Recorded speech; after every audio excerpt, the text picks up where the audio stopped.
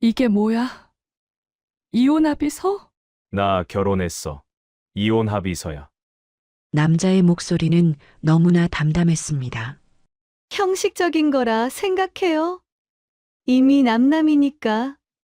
저는 건네준 봉투를 멍하니 바라봤어요. 이혼? 우리가 결혼한 적이 있었나요? 손이 떨렸습니다. 봉투를 집어들었죠. 서류를 펼쳤어요. 이혼 합의서라는 글자가 선명했습니다. 테이블 위로 하얀 봉투가 밀려왔어요. 저는 그 봉투를 멍하니 바라봤어요. 저는 그 순간 깨달았습니다. 제가 얼마나 완벽하게 이용당했는지를요. 결혼을 약속받았다고 믿었던 3년. 신혼집이라고 생각하며 보증 서준 그 집.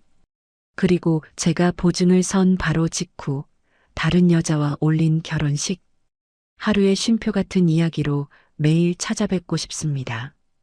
구독과 좋아요는 영상 제작에 큰 힘이 됩니다. 댓글로 시청하고 계신 곳을 알려주시면 감사한 마음으로 인사드리겠습니다. 그럼 이야기 바로 시작하겠습니다. 3년 전 봄이었어요. 윤서아, 그러니까 저는 29살이었습니다. 회사 동료의 소개로 강태준을 만났죠. 첫인상은 나쁘지 않았어요. 차분하고 예의 바른 사람이었습니다. 저 IT 회사 다니고 있어요. 개발자고요. 태준은 자기소개를 간단히 했어요. 우리는 그렇게 만나기 시작했습니다. 석 달쯤 지났을까요? 태준이 처음으로 미래 이야기를 꺼냈어요. 서아 씨, 저랑 결혼 생각해 봤어요? 카페에 앉아 있었습니다. 저는 깜짝 놀랐죠. 결혼이요? 네. 저 진심이에요. 그의 눈빛은 진지했습니다. 저도 마음이 있었어요. 솔직히 결혼까지 생각하고 있었죠. 저도 좋아요. 태주는 환하게 웃었습니다. 그럼 우리 부모님께 인사드리러 가요. 그렇게 우리는 양가 부모님께 서로를 소개했어요. 1년이 흘렀습니다. 주변 사람들은 우리를 예비부부처럼 대했죠. 언제 결혼식 올려? 친구들이 물으면 저는 웃으며 대답했어요. 곧요. 집부터 알아보고 있어요. 사실이었습니다. 태준과 저는 주말마다 아파트를 보러 다녔어요. 여기 괜찮은데? 방 2개면 아이 낳아도 되고. 태준이 말했습니다. 저는 얼굴이 빨개졌죠. 아이는 무슨, 아직 결혼도 안 했는데. 곧 할 건데 뭐. 태준은 자연스럽게 제 손을 잡았어요. 우리는 신혼집 인테리어 이야기까지 했습니다. 아이 방은 어떻게 꾸밀지, 거실 소파는 어떤 걸로 살지, 모든 게 현실처럼 느껴졌어요. 그러던 어느 날이었습니다. 태준이 심각한 표정으로 말했어요. 서아야, 나 청약 당첨됐어. 진짜요? 축하해요. 저는 기뻐서 뛸 듯이 좋았습니다. 하지만 태준의 표정은 밝지 않았죠. 근데 문제가 좀 있어. 무슨 문제요? 대출 이자가 너무 높아. 조건이 안 맞아서. 태준은 한숨을 쉬었어요. 그리고 혼인신고하면 청약 자격이 날아갈 수도 있대. 저는 고개를 갸우뚱했습니다. 그럼 어떡해요? 일단 집부터 안정시키자. 혼인신고랑 결혼식은 조금만 미루면 안 될까? 태준의 목소리는 조심스러웠어요. 저는 조금 실망했지만 이해하려고 했습니다. 청약이 중요하니까요. 알았어요. 미안해. 금방 정리할게. 태준은 미안하다는 듯 제 손을 꼭 잡았죠. 그로부터 2달 뒤였습니다. 태준이 다급하게 전화를 걸어왔어요. 서아야, 급한 일이 생겼어. 만날 수 있어? 저는 퇴근길에 태준을 만났습니다. 카페에 앉자마자 태준이 말했어요. 대출 조건이 너무 까다로워. 이자가 장난 아니야. 얼마나요? 지금 조건으로는 거의 6%대야. 그런데 보증인이 있으면 3%대로 떨어진대. 태주는 서류를 꺼내 보여줬습니다. 복잡한 숫자들이 빼곡했어요. 보증인이요? 응. 연대보증. 4명 정도 필요해. 저는 서류를 들여다봤습니다. 잘 이해가 안 됐지만 태준의 표정은 간절했어요. 이 집, 우리 신혼집이잖아. 도와줄 수 있어? 신혼집. 그 단어에 제 마음이 흔들렸습니다. 보증을 서달라는 거예요? 응. 미안해. 내가 아니면 부탁할 사람이 없어. 태주는 정말 난처해 보였어요. 저는 망설였습니다. 보증을 선다는 게 쉬운 결정은 아니었죠. 하지만 태주는 제 약혼자나 다름없었어요. 양가 부모님도 다 아는 사이였고요. 알았어요. 도와줄게요. 제가 대답하자 태준의 얼굴이 환해졌습니다. 고마워. 진짜 고마워. 그는 저를 꼭 안았어요. 이 집에서 우리 행복하게 살자. 약속할게. 저는 그 약속을 믿었습니다. 일주일 후 저는 은행에 갔어요. 서류에 도장을 찍었습니다. 서명도 했죠. 연대보증인 윤서아. 그렇게 제 이름이 적혔어요. 태주는 제 옆에서 계속 고맙다고 말했습니다. 이제 집 나오면 바로 인테리어 시작하자. 결혼 준비도 하고. 네. 좋아요. 저는 설렜어요. 우리의 보금자리가 생긴다는 게 실감났습니다. 그날 저녁 태주는 저를 근사한 레스토랑으로 데려갔어요. 오늘 축하하자. 우리 시작. 우리는 와인을 마셨습니다. 태주는 제 손을 잡고 말했죠. 서아야, 사랑해. 저도요.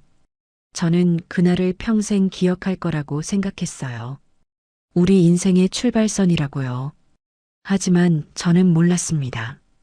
그날이 시작이 아니라 끝의 시작이었다는 걸요. 보증 서류에 도장을 찍은 바로 그 순간부터 모든 게 달라지기 시작했다는 걸요. 보증을 서고 나서 일주일쯤 지났을까요? 태준의 전화가 조금씩 뜸해지기 시작했습니다. 처음엔 눈치채지 못했어요. 요즘 회사 일이 바빠서 그래. 태준은 그렇게 말했죠. 저도 이해하려고 했습니다. 누구나 바쁠 수 있으니까요. 하지만 일주일이 2주일이 되고 한 달이 지나도 상황은 나아지지 않았어요.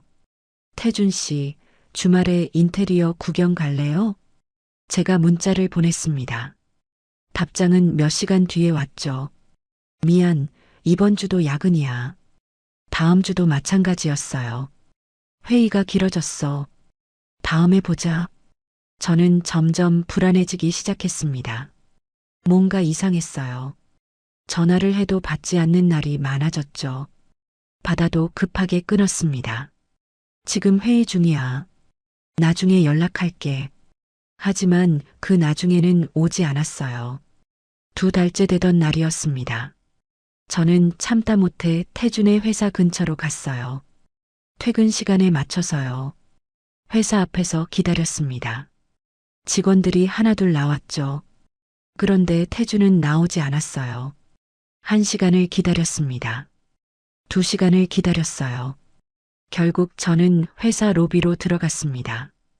경비 아저씨께 물었죠. 저기요, 개발팀 강태준 씨 아직 안 퇴근하셨나요? 경비 아저씨는 고개를 갸우뚱했어요. 강태준? 그런 사람 없는데요. 네, 개발팀인데요. 우리 회사 개발팀에 그런 이름 없어요. 명단 확인해 볼까요? 제 심장이 쿵 내려앉았습니다. 아니에요. 제가 잘못 찾아온 것 같네요. 저는 황급히 나왔어요.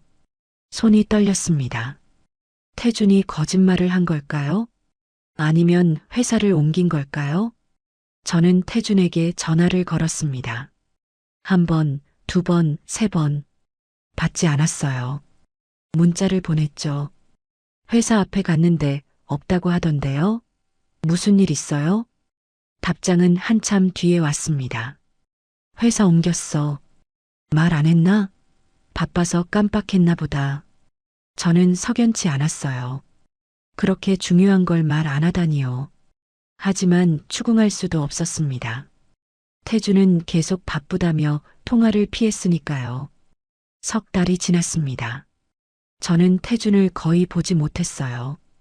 한 달에 한두 번 정도 겨우 만났죠. 만나도 금방 헤어졌습니다. 미안해, 급한 일이 생겨서. 태준은 항상 어딘가로 서둘러 떠났어요. 그러던 어느 날이었습니다. 친구 혜인이 전화를 걸어왔어요. 서아야, 너 태준이랑 잘 지내? 응, 뭐 바쁘긴 한데. 혜인의 목소리가 조심스러웠습니다. 너 SNS 요즘 안 봐? 왜? 무슨 일 있어? 아니 그게. 혜인은 말을 흐렸어요. 저는 불안해졌습니다. 혜인아, 무슨 일인데? 그냥 한번 봐. 태준이 SNS. 전화를 끊고 저는 급하게 태준의 SNS를 찾아봤어요. 그리고 그 순간 모든 게 멈췄습니다. 태준의 프로필 사진이 바뀌어 있었어요. 웨딩 사진이었습니다. 하얀 웨딩드레스를 입은 여자와 턱시도를 입은 태준. 둘은 환하게 웃고 있었죠. 저는 손이 떨려서 핸드폰을 제대로 잡을 수가 없었어요. 게시물을 눌렀습니다. 사진이 수십 장이었어요. 결혼식 본식 사진, 피로연 사진, 부케 던지는 사진. 댓글에는 축하 메시지가 넘쳐났습니다. 축하해. 행복해라. 예쁜 신부 부럽다. 저는 사진 속 여자의 얼굴을 확대했어요. 처음 보는 얼굴이었습니다. 아니, 정확히는 어디선가 본 것 같기도 하고. 태그를 확인했죠. 민지우라는 이름이었어요. 날짜를 확인했습니다. 제가 보증을 서준 지 정확히 열흘 뒤였어요. 열흘. 제가 그에게 인생을 걸고 보증을 서준 지 고작 열흘 만에 태주는 다른 여자와 결혼식을 올렸던 겁니다. 저는 그 자리에서 주저앉았어요. 숨이 막혔습니다. 심장이 터질 것 같았죠. 손이 떨려서 핸드폰을 떨어뜨렸어요. 이게 무슨 일이지? 우리는 결혼을 약속했잖아요. 양가 부모님도 만났고 신혼집도 함께 봤는데 제가 보증까지 서줬는데 그런데 태주는 다른 여자와 결혼식을 올렸다고요? 저는 다시 핸드폰을 집어들었습니다. 태준에게 전화를 걸었어요. 한 번, 두 번, 세 번. 받지 않았습니다. 문자를 보냈죠. 이게 무슨 일이에요? 설명해 주세요. 답장은 오지 않았어요. 저는 미칠 것 같았습니다. 밤새 잠을 이루지 못했어요. 아침이 되자마자 다시 전화를 걸었습니다. 10번도 넘게 걸었죠. 그제야 태준이 받았어요. 왜 이래? 목소리는 짜증 섞인 음성이었습니다. 태준 씨, SNS 봤어요. 설명 좀 해주세요. 뭘 설명해? 결혼식. 왜 다른 여자랑 올린 거예요? 태준은 한숨을 쉬었습니다. 그거 지우랑 결혼했어. 너무 담담한 목소리였어요. 우리 결혼 약속했잖아요. 양가 부모님도 만났고. 그건 내가 오해한 거야. 뭐라고요? 나 결혼하겠다고 한 적 없어. 내가 혼자 착각한 거지. 저는 믿을 수가 없었습니다. 그럼 보증은요? 신혼집이라고 했잖아요. 그건 고마웠어. 덕분에 집 잘 얻었어. 태준의 목소리엔 미안함도 죄책감도 없었어요. 집은 그 여자랑 사는 거예요? 당연하지. 지우가 내 아내니까. 그 순간 제 세계가 무너졌습니다. 저는 이용당한 겁니다. 처음부터 끝까지 완벽하게요. 결혼 약속도 거짓, 신혼집도 거짓, 모든 게 거짓말이었어요. 태준이 원한 건 단 하나, 제 보증뿐이었던 겁니다. 태준 씨, 너무하잖아요. 제 목소리는 떨렸습니다. 야, 나 바빠. 끊을게. 통화는 그렇게 끊어졌어요. 저는 그 자리에서 울음을 터뜨렸습니다. 3년이라는 시간, 제가 믿었던 모든 것들이 한순간에 사라져버렸어요. 남은 건 보증 서류에 찍힌 제 도장뿐이었습니다.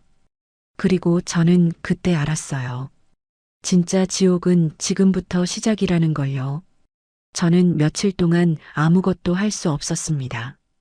회사도 나가지 못했어요. 핸드폰만 붙들고 SNS를 계속 들여다봤죠. 태준과 그 여자의 결혼 사진들을요. 웨딩홀은 화려했고 하객들도 가득했습니다. 완벽한 결혼식이었죠. 제가 꿈꿔왔던 바로 그 모습이었어요. 하지만 신부는 제가 아니었습니다. 저는 사진 속 여자를 계속 들여다봤어요. 민지후. 26살 패션 관련 일을 한다고 프로필에 적혀 있었습니다.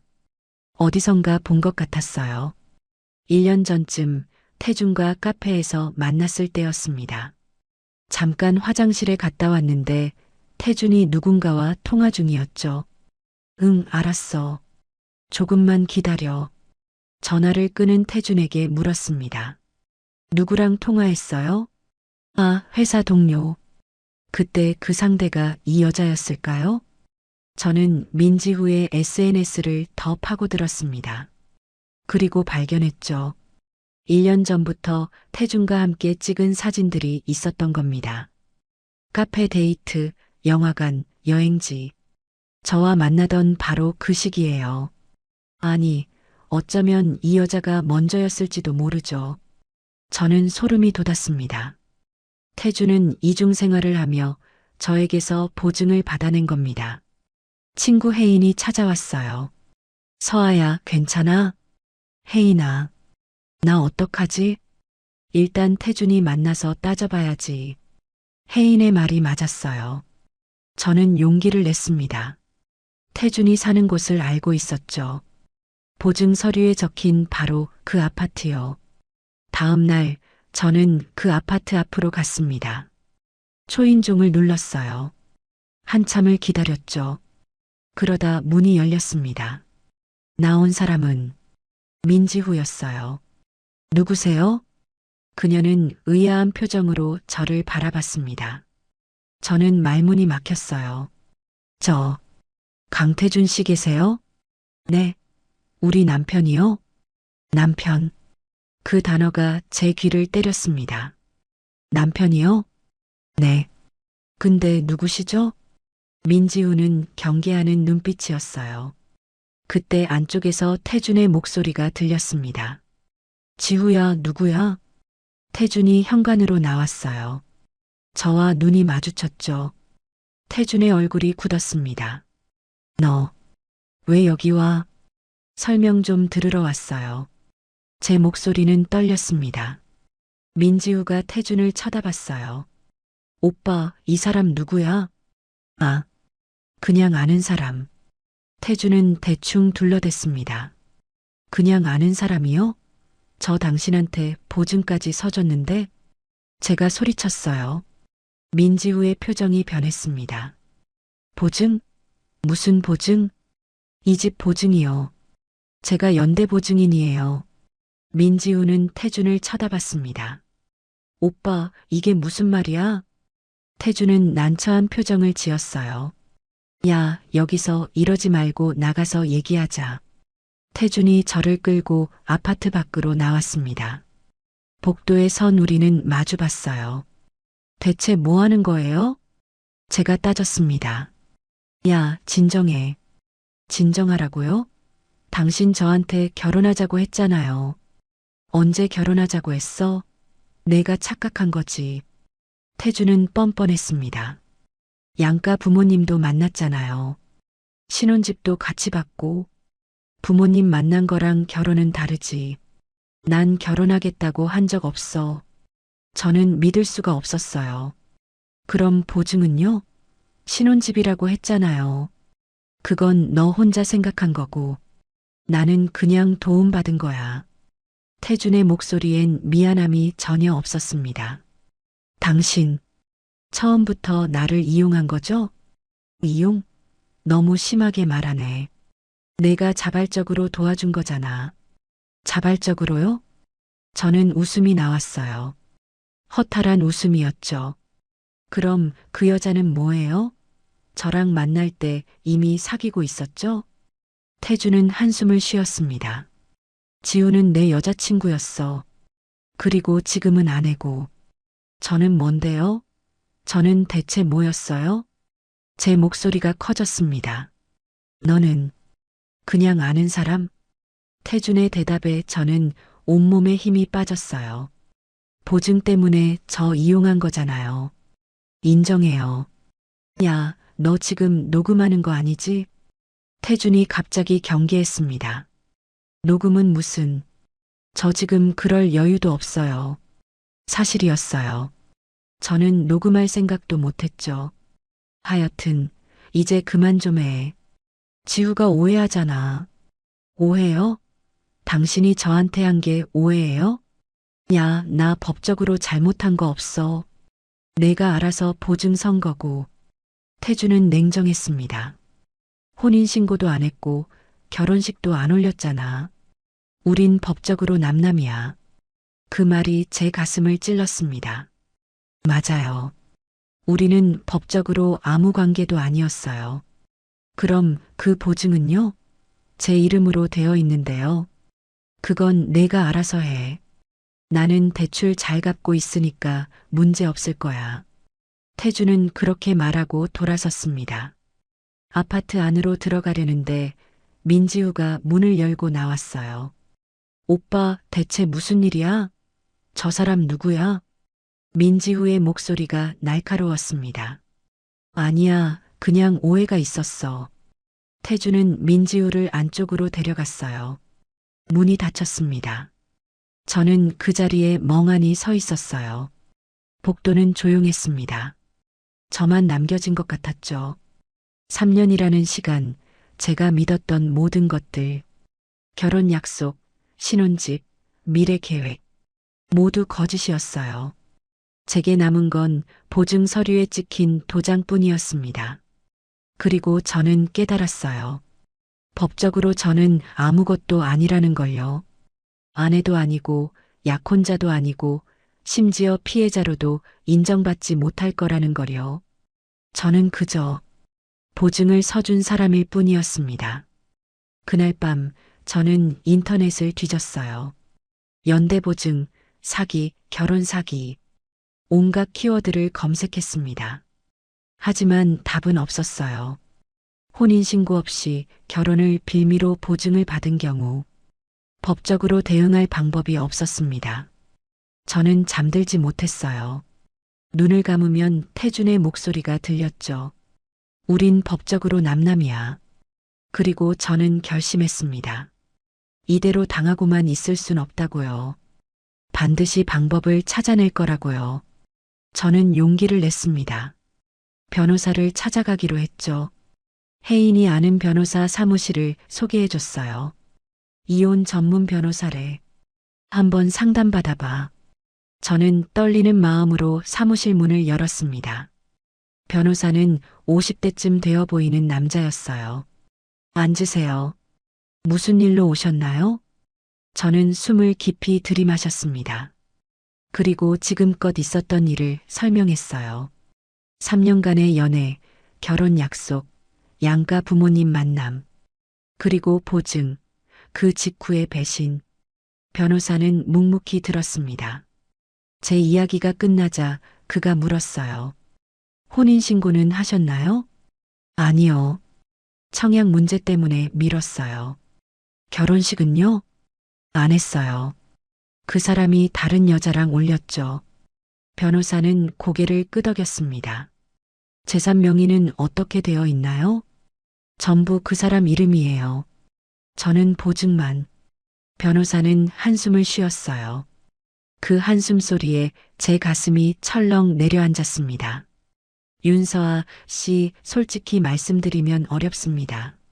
어렵다는 게 무슨 말씀이세요? 법적으로 따지면 두 분은 아무 관계도 아니에요. 변호사의 말이 칼처럼 날카로웠어요. 혼인신고가 없으니 배우자도 아니고 사실혼도 인정받기 어렵습니다. 하지만 3년이나 만났어요.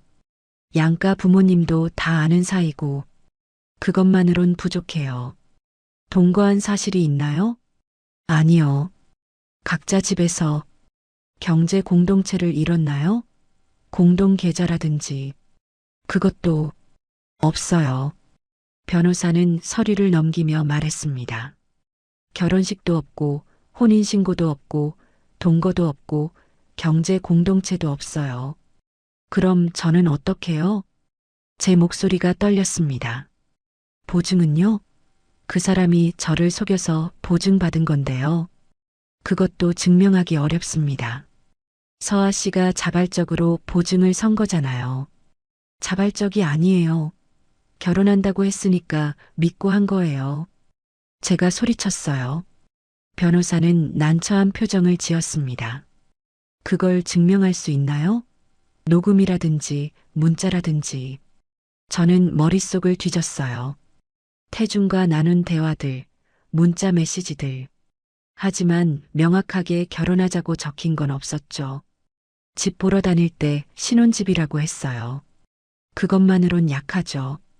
구두 약속이니까요. 그럼 저는 아무것도 못하는 거예요? 제가 울먹였습니다.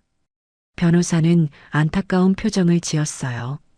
위자료 청구도 어렵고 보증해지도 어렵습니다. 왜요? 그 사람이 저를 속인 건데 법적으로는 단순히 연인 관계였던 거예요. 결혼 약속이 있었다 해도 파혼은 범죄가 아닙니다. 제 세상이 무너지는 것 같았어요. 그럼 저는 그냥 당하고 살라는 거예요? 죄송합니다만 법적으로 할 수 있는 게 거의 없어요. 변호사는 조심스럽게 말했습니다. 다만 한 가지 사기죄로 고소할 수는 있습니다. 사기죄요? 네. 결혼을 미끼로 보증을 받았다면 기망행위로 볼 여지가 있어요. 저는 희망의 불씨를 잡았습니다. 그럼 고소할 수 있는 거죠? 할 수는 있지만 입증이 매우 어려울 겁니다. 변호사는 고개를 저었어요. 상대방이 처음부터 속일 의도가 있었다는 걸 증명해야 해요. 그 사람이 저랑 만나면서 다른 여자도 만났잖아요. 그것도 증거가 필요합니다. 그리고 이중교제가 곧 사기는 아니에요. 저는 말문이 막혔습니다. 변호사는 조용히 말을 이었어요. 게다가 상대방은 이미 법적으로 다른 여자의 남편이에요. 그 말에 저는 정신이 번쩍 들었습니다. 맞아요. 태준은 이미 민지후와 결혼했어요. 법적으로 태준의 아내는 민지후였죠. 그럼 저는 정말 아무것도 아니네요. 제가 허탈하게 웃었습니다. 아내도 아니고 약혼자도 아니고 그냥 보증 서준 사람. 변호사는 대답하지 않았어요. 그 침묵이 답이었습니다. 상담을 마치고 나오는 길이었어요. 저는 멍하니 길을 걷다가 벤치에 앉았습니다. 하늘을 올려다봤죠. 날씨는 맑았어요. 아이러니하게도요. 제 인생은 무너지고 있는데 세상은 평온했습니다. 핸드폰이 울렸어요. 혜인이었습니다. 서아야, 상담 어땠어? 혜인아. 저는 울음을 터뜨렸습니다. 법적으로 할 수 있는 게 아무것도 없대. 뭐, 그럴 리가 없잖아. 혼인신고 안 했으니까 남이래. 보증도 내가 자발적으로 한 거라고. 혜인은 한참 말이 없었어요. 미안해, 서아야. 내가 좋은 변호사 찾아볼게. 괜찮아. 다 똑같을 거야. 저는 통화를 끊었습니다. 집으로 돌아와 침대에 누웠어요. 천장만 바라봤죠. 3년이라는 시간이 허무하게 느껴졌습니다. 제가 믿었던 사랑, 약속, 미래. 모두 법 앞에서는 아무 의미가 없었어요. 저는 그저 보증을 서준 사람일 뿐이었습니다. 태주는 법적으로 아무 잘못이 없었어요. 보증은 제가 자발적으로 선 거고요. 모든 게 완벽하게 합법이었습니다. 저만 바보같이 속은 거였어요. 핸드폰을 켰습니다. 태준의 SNS를 또 들여다봤죠. 최근 게시물이 올라와 있었어요.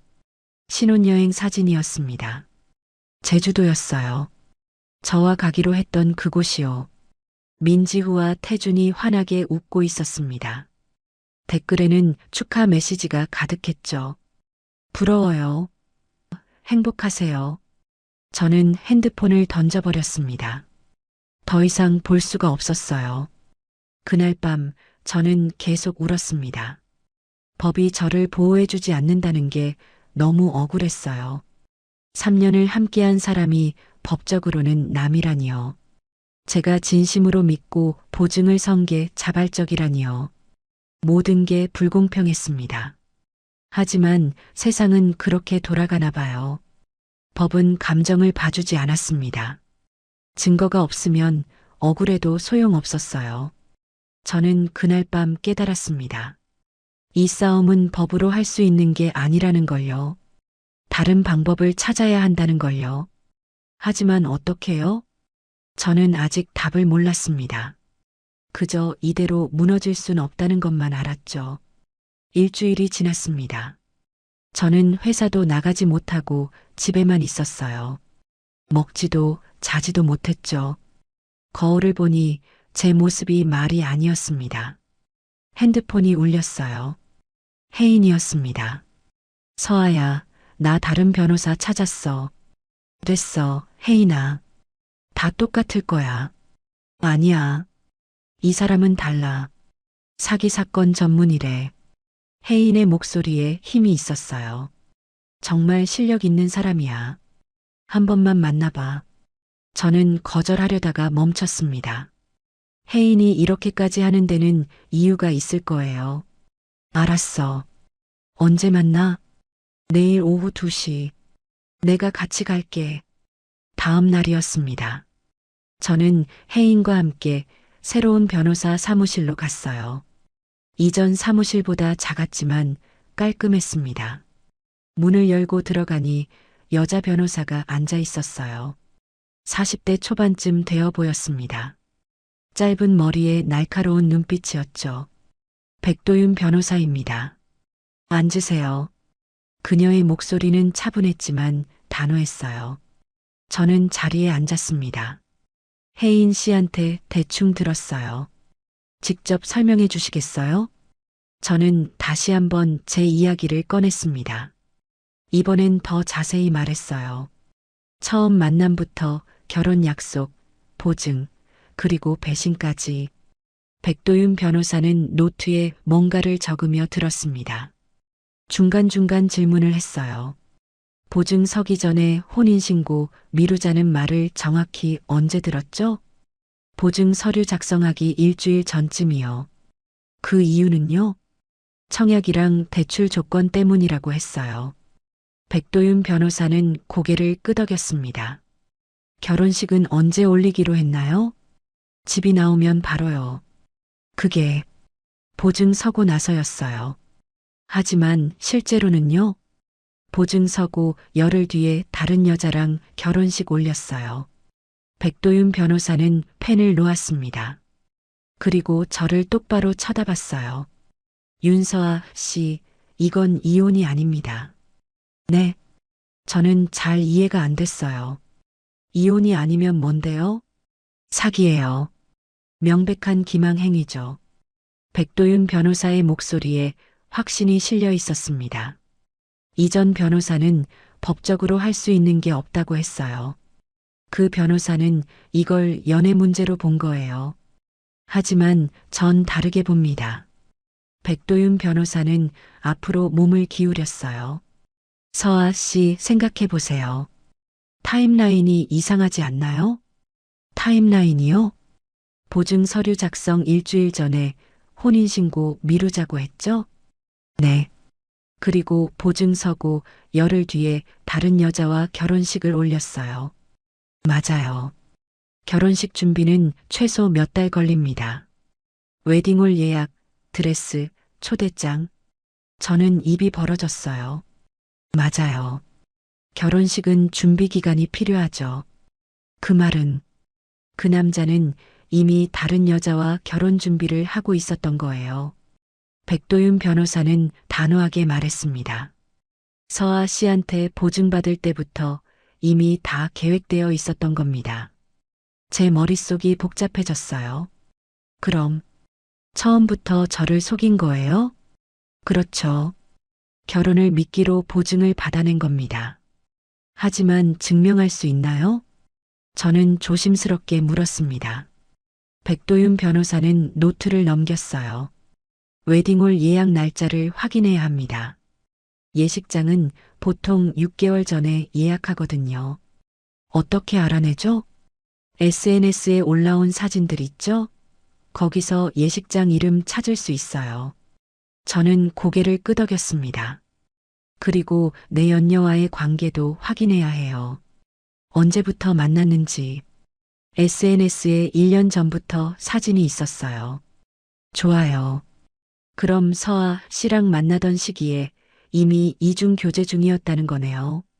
백도윤 변호사는 메모를 이어갔습니다. 금융 흐름도 봐야 합니다. 보증 이후 대출금이 어떻게 쓰였는지. 그건 어떻게 알아요? 법원에 증거보전 신청하면 돼요. 금융거래 내역 확보할 수 있습니다. 저는 처음으로 희망을 느꼈어요. 그럼 저 싸울 수 있는 거예요? 백도윤 변호사는 잠시 생각했습니다. 쉽진 않아요. 상대방이 부인할 테니까요. 그래도 가능성은 있죠? 있습니다. 충분히요. 그녀의 눈빛이 강렬했어요. 이건 단순한 이별이 아니에요. 계획적인 사기예요. 저는 눈물이 났습니다. 하지만 이번엔 절망의 눈물이 아니었어요. 얼마나 걸릴까요? 시간은 걸릴 겁니다. 1년 어쩌면 그 이상. 괜찮아요. 기다릴 수 있어요. 백도윤 변호사는 미소 지었습니다. 윤서아 씨 각오하세요. 쉽지 않을 거예요. 알아요. 그래도 하고 싶어요. 좋아요. 그럼 일단 증거부터 모읍시다. 상담을 마치고 나왔습니다. 혜인이 제 손을 잡았어요. 서아야, 어땠어? 혜인아, 고마워. 저는 처음으로 웃었습니다. 드디어 싸울 방법을 찾은 것 같아. 잘 됐다. 도윤 변호사 진짜 실력자야. 우리는 카페로 갔어요. 오랜만에 커피 맛이 느껴졌습니다. 서아야, 힘들 텐데 괜찮아? 응. 이제 포기하고 싶지 않아. 저는 핸드폰을 꺼냈습니다. 태준의 SNS를 열었어요. 결혼식 사진을 확대했죠. 배경에 예식장 이름이 보였습니다. 그랜드 웨딩홀. 저는 스크린샷을 찍었어요. 그리고 메모장을 열었습니다. 증거 목록을 정리하기 시작했죠. 웨딩홀 예약 날짜 확인. 민지후와의 관계 시작 시점. 금융거래 내역. 문자 메시지 기록. 통화 내역. 하나하나 적어 내려갔어요. 이제 저는 피해자로만 있지 않을 겁니다. 싸우는 사람이 될 거예요. 태준이 저를 완벽하게 속였다고 생각했겠죠. 법적으로 문제 없다고 믿었을 거예요. 하지만 그는 한 가지 실수를 했습니다. 너무 완벽하게 계획했다는 거요. 그 계획의 흔적들이 모두 증거가 될 테니까요. 저는 노트에 마지막 문장을 적었습니다. 강태준, 당신의 완벽한 거짓말이 당신을 무너뜨릴 겁니다. 그날 밤 저는 오랜만에 잠을 잘 수 있었어요. 악몽 대신 꿈을 꿨습니다. 법정에서 태준이 고개를 숙이는 꿈이었죠. 그 꿈이 현실이 되는 날까지 저는 포기하지 않을 겁니다. 절대로요. 백도윤 변호사와의 상담 후 저는 달라졌습니다. 더 이상 울지 않았어요. 대신 움직이기 시작했죠.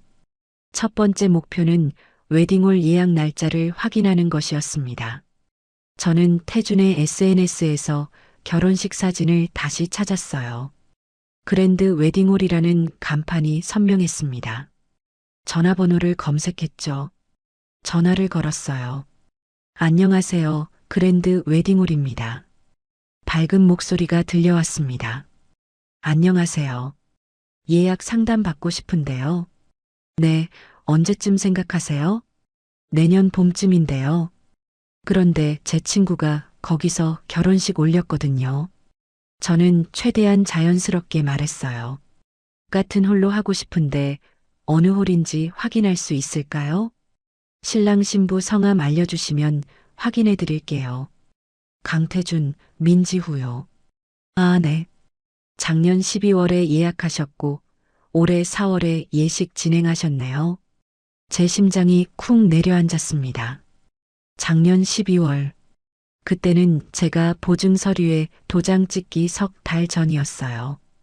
혹시 계약금은 언제 내셨나요? 작년 10월이요. 그때 계약하셨어요. 10월. 제가 태준과 함께 신혼집을 보러 다니던 바로 그때였습니다. 감사합니다. 저는 전화를 끊었어요. 손이 떨렸습니다. 태준은 저와 신혼집을 보러 다니면서 동시에 다른 여자와 결혼식을 준비하고 있었던 겁니다.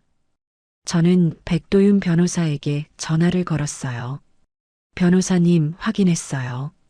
웨딩홀 계약이 작년 10월이래요. 좋아요. 그럼 보증받기 훨씬 전부터 계획한 거네요. 백도윤 변호사의 목소리에 확신이 실렸습니다. 이제 금융 흐름을 봐야 해요. 어떻게 하죠? 법원에 증거보전 신청할 거예요. 시간 좀 걸릴 겁니다. 알겠습니다. 일주일이 지났습니다. 백도윤 변호사에게서 연락이 왔어요. 서아 씨, 금융거래 내역 나왔어요. 뭐가 나왔나요? 보증 대출금이 집 구매에만 쓰인 게 아니에요. 변호사의 목소리가 침착했습니다. 결혼식 비용, 신혼여행 비용도 거기서 나갔어요. 저는 치가 떨렸습니다. 제가 보증선 돈으로 다른 여자와 결혼식을 올린 거예요. 이거면 충분한가요? 아직 부족해요. 더 결정적인 게 필요합니다. 뭐가 더 필요한데요? 상대방이 처음부터 의도했다는 증거요. 백도윤 변호사는 조심스럽게 말했습니다. 예를 들면 가족이나 지인의 증언이요. 저는 문득 생각났습니다. 태준의 어머니 오명숙. 1년 전 양가 상견례 자리에서 명숙은 이상한 말을 했었어요. 우리 며느리 예쁘지? 그때 저는 기뻤죠. 하지만 지금 생각해보니 그 말투가 어딘가 어색했어요. 마치 연기하는 것 같았달까요? 변호사님, 태준 어머니를 만나봐야 할 것 같아요. 직접 만나면 경계할 거예요. 알아요. 그래서 다른 방법을 생각 중이에요. 저는 명숙의 일상을 조사하기 시작했습니다. SNS를 뒤졌어요. 민지후의 계정에 명숙이 자주 등장했죠. 사진을 보니 명숙은 특정 미용실을 자주 가는 것 같았습니다. 블루밍 헤어라는 미용실이었어요. 위치를 확인했습니다. 집에서 그리 멀지 않았죠. 저는 그 미용실로 갔습니다. 안으로 들어서니 원장님이 반겼어요. 어서 오세요. 예약하셨나요? 아니요. 펌 상담 받으러 왔어요. 네, 앉으세요. 저는 자리에 앉았습니다. 주변을 둘러봤어요. 손님이 몇 명 있었죠. 어떤 스타일 원하세요? 웨이브 펌이요. 원장님과 이야기를 나누는 동안 저는 계속 주변을 살폈습니다. 혹시 명숙이 올까 해서요. 하지만 그날은 오지 않았어요. 저는 상담만 받고 나왔습니다. 다음 날도 갔습니다. 그 다음 날도요. 사흘째 되는 날이었어요. 미용실 문이 열리며 명숙이 들어왔습니다. 제 심장이 빠르게 뛰었어요. 명숙은 저를 알아보지 못했습니다. 상견례 이후 1년이 넘었고 제 모습도 많이 변했으니까요. 명숙은 단골인 듯 자연스럽게 자리에 앉았어요. 사모님, 오늘도 트리트먼트 하시죠? 네, 머리가 너무 푸석해서. 저는 그녀 옆자리에 앉았습니다. 펌 시술을 받는 척하며 귀를 세웠죠. 명숙의 핸드폰이 울렸어요. 여보세요? 응, 언니. 명숙이 전화를 받았습니다. 아니 뭐, 요새 며느리 눈치 보느라 바빠. 명숙의 목소리가 커졌어요. 저는 조용히 핸드폰을 꺼냈습니다. 녹음 앱을 켰죠. 그게 말이야, 사실 태준이가 전 여자한테 보증받아서 집 산 거잖아. 제 손이 떨렸습니다. 응, 그 여자 완전 바보야. 결혼한다고 믿고 보증 서줬대. 명숙은 웃으며 말했어요. 아니, 처음부터 지우랑 결혼하기로 했었어. 근데 집 살 돈이 부족하니까. 저는 숨을 죽였습니다. 그래서 그 여자 이용한 거지. 보증만 받고 버린 거야. 명숙의 목소리가 선명하게 녹음되고 있었습니다. 어휴, 그 여자 나중에 알고 난리 쳤다는데. 근데 뭐 어쩌겠어. 법적으로 문제 없으니까. 저는 눈물이 났습니다. 하지만 참았어요. 지금 울면 안 됐습니다. 그래, 태준이 머리 좋지. 다 계산하고 한 거야. 명숙은 계속 떠들었어요. 이제 지우랑 잘 살면 되는 거지 뭐. 그 여자는 그냥 잊어버리면 돼. 통화가 끝났습니다. 저는 녹음을 멈췄어요. 손이 떨렸지만 마음은 평온했습니다. 이제 증거가 생겼어요. 결정적인 증거가요. 저는 조용히 자리에서 일어났습니다. 시술을 중단하고 계산을 했죠. 손님, 벌써 가세요? 네, 급한 일이 생겨서요.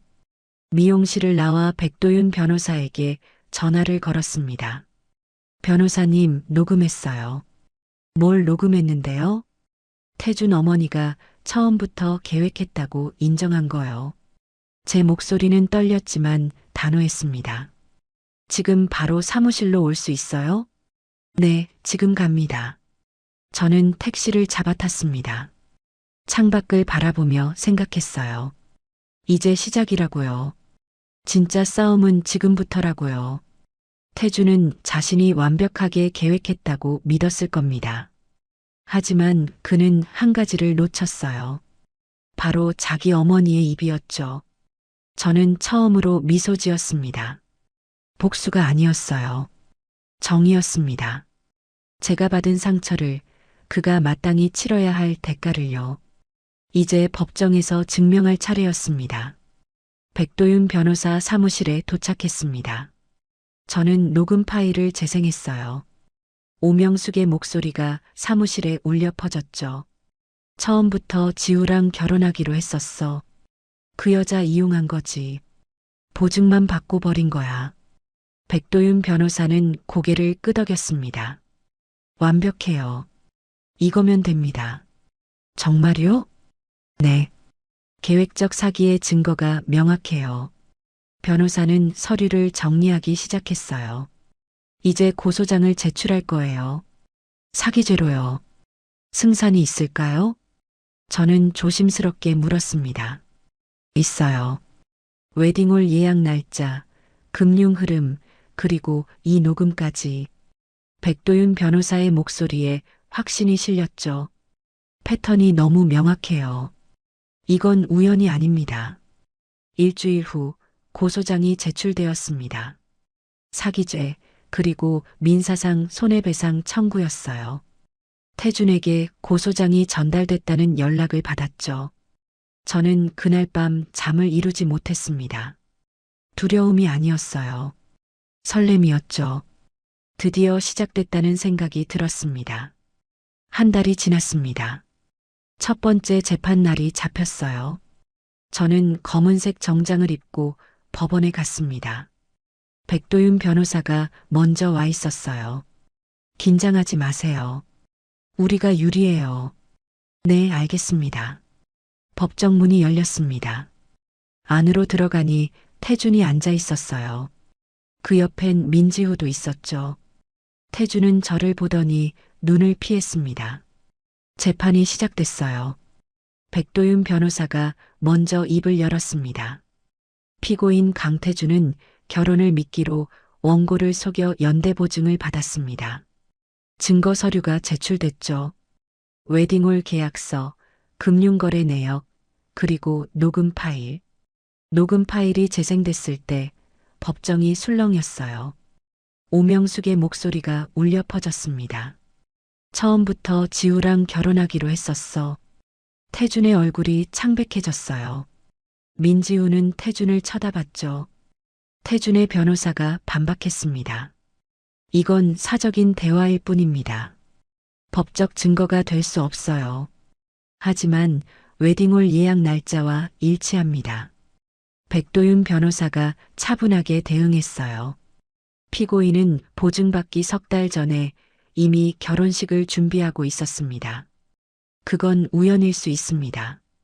우연이라기엔 너무 완벽하지 않나요? 백도윤 변호사는 금융 내역을 제시했습니다. 보증 대출금이 결혼식 비용으로 사용됐어요.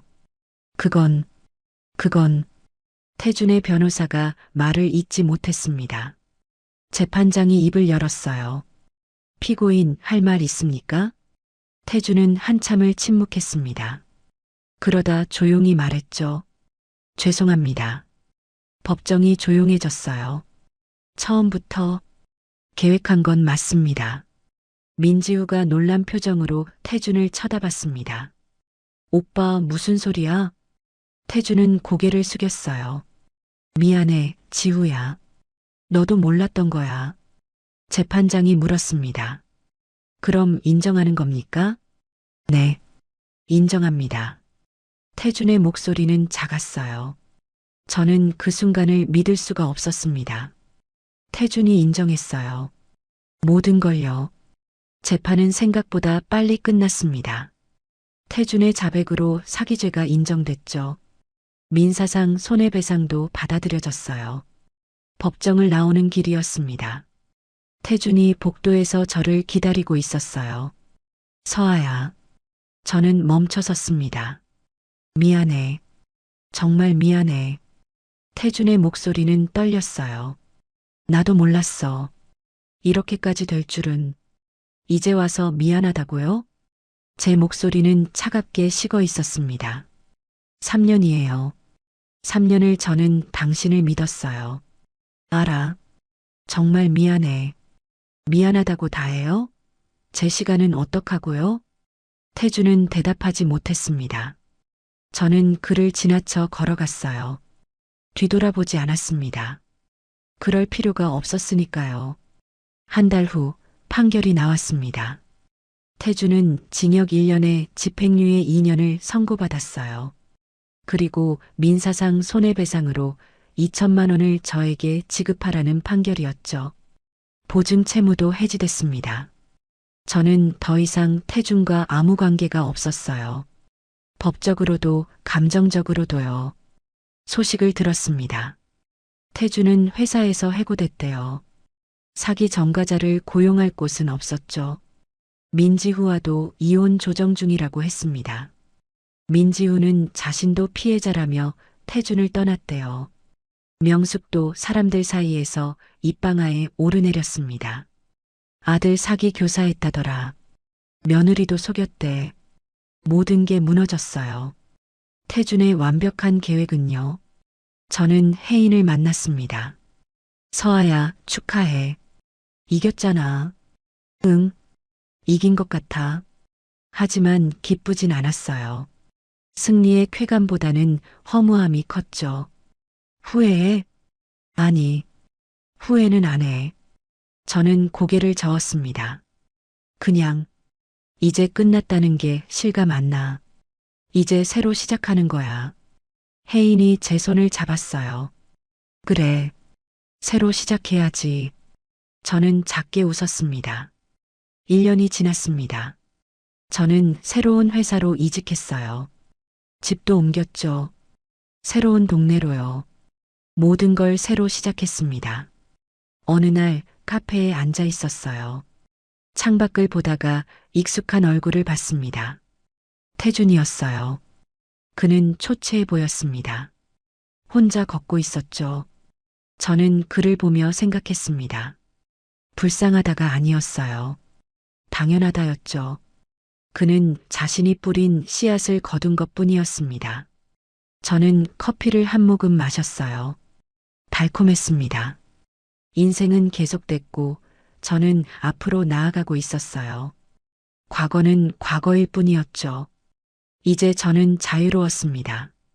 법적으로도 감정적으로도요. 그리고 그게 가장 큰 승리였습니다.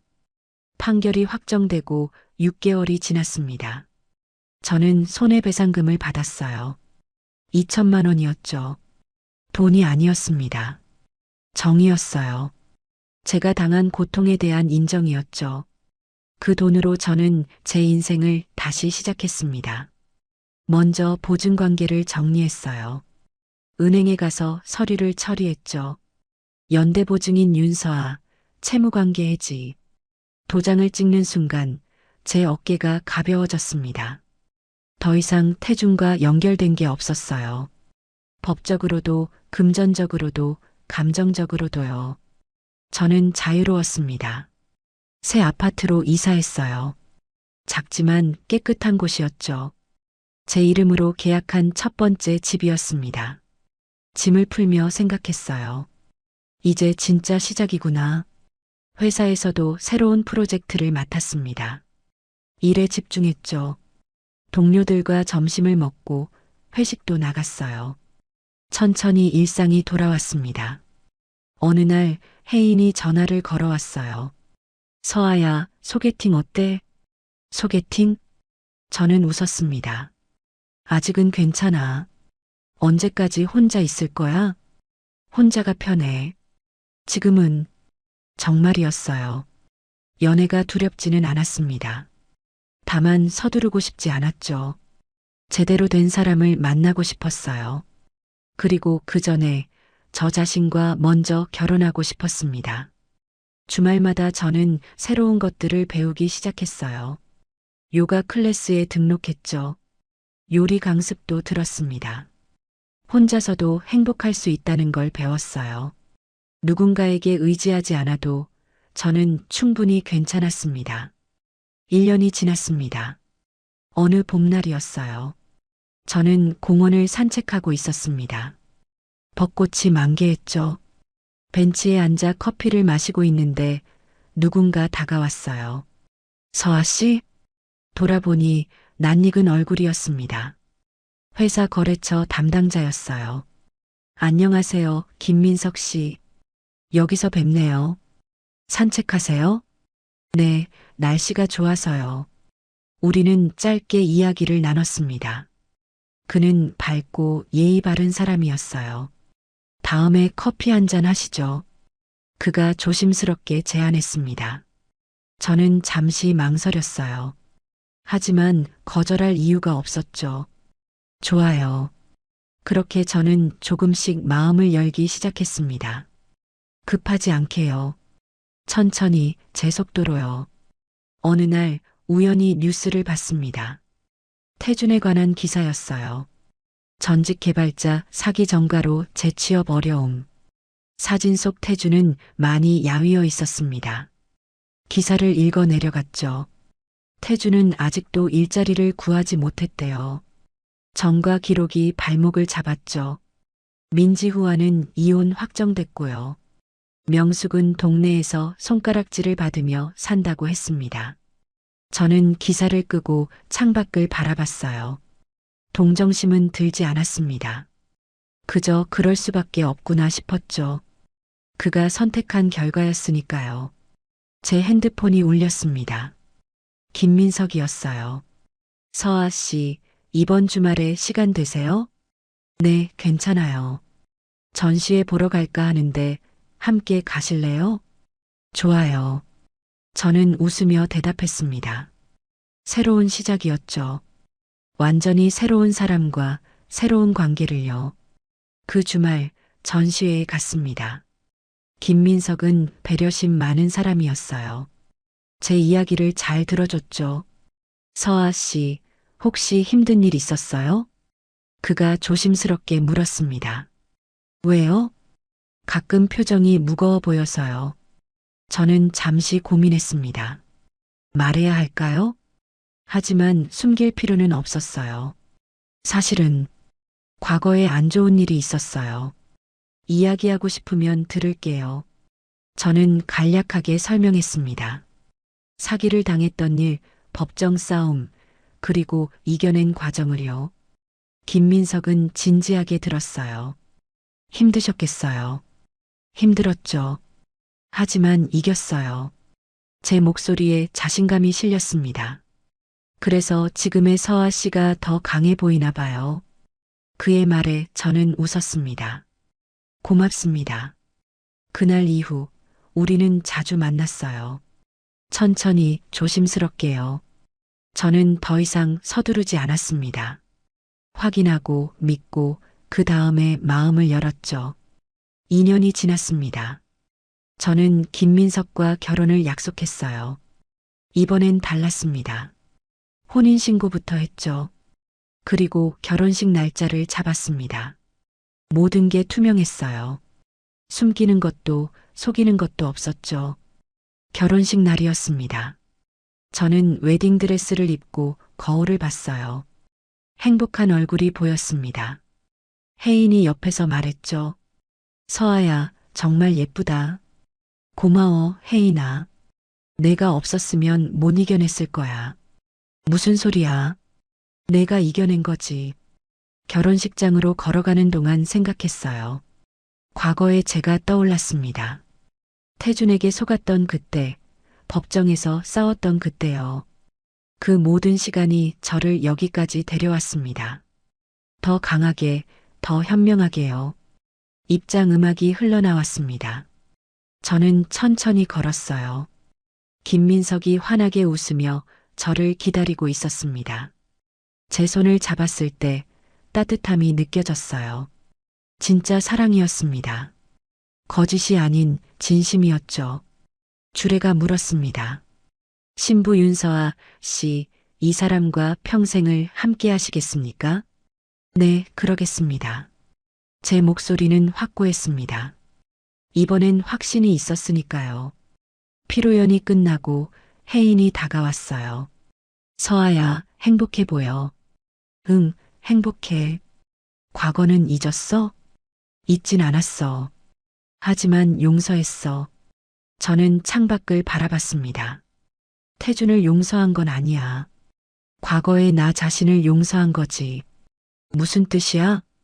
내가 바보였다고, 속은 내 잘못이라고 자책했었거든. 하지만 이젠 알아. 잘못은 그 사람 거였어. 혜인이 제 손을 꼭 잡았습니다. 맞아. 넌 잘못한 게 없어. 그날 밤 저는 일기를 썼습니다. 마지막 문장은 이랬어요. 그는 결혼식을 이용했고 나는 그 배신을 끝내는데 내 인생을 썼다. 하지만 이제 나는 진짜 결혼을 했다. 내 인생가요. 일기를 덮으며 생각했습니다. 인생은 계속되고 저는 행복했어요. 과거는 과거일 뿐이었죠. 저는 앞으로 나아갈 겁니다. 더 강하게, 더 행복하게요. 그리고 이제 저는 알았습니다. 진짜 결혼은 사람과 하는 게 아니라 인생과 하는 거라는 걸요. 제 인생을 사랑하고 존중하고 지키는 것. 그게 진짜 결혼이었습니다. 지금까지 사연 빛나는 밤이었습니다. 감사합니다.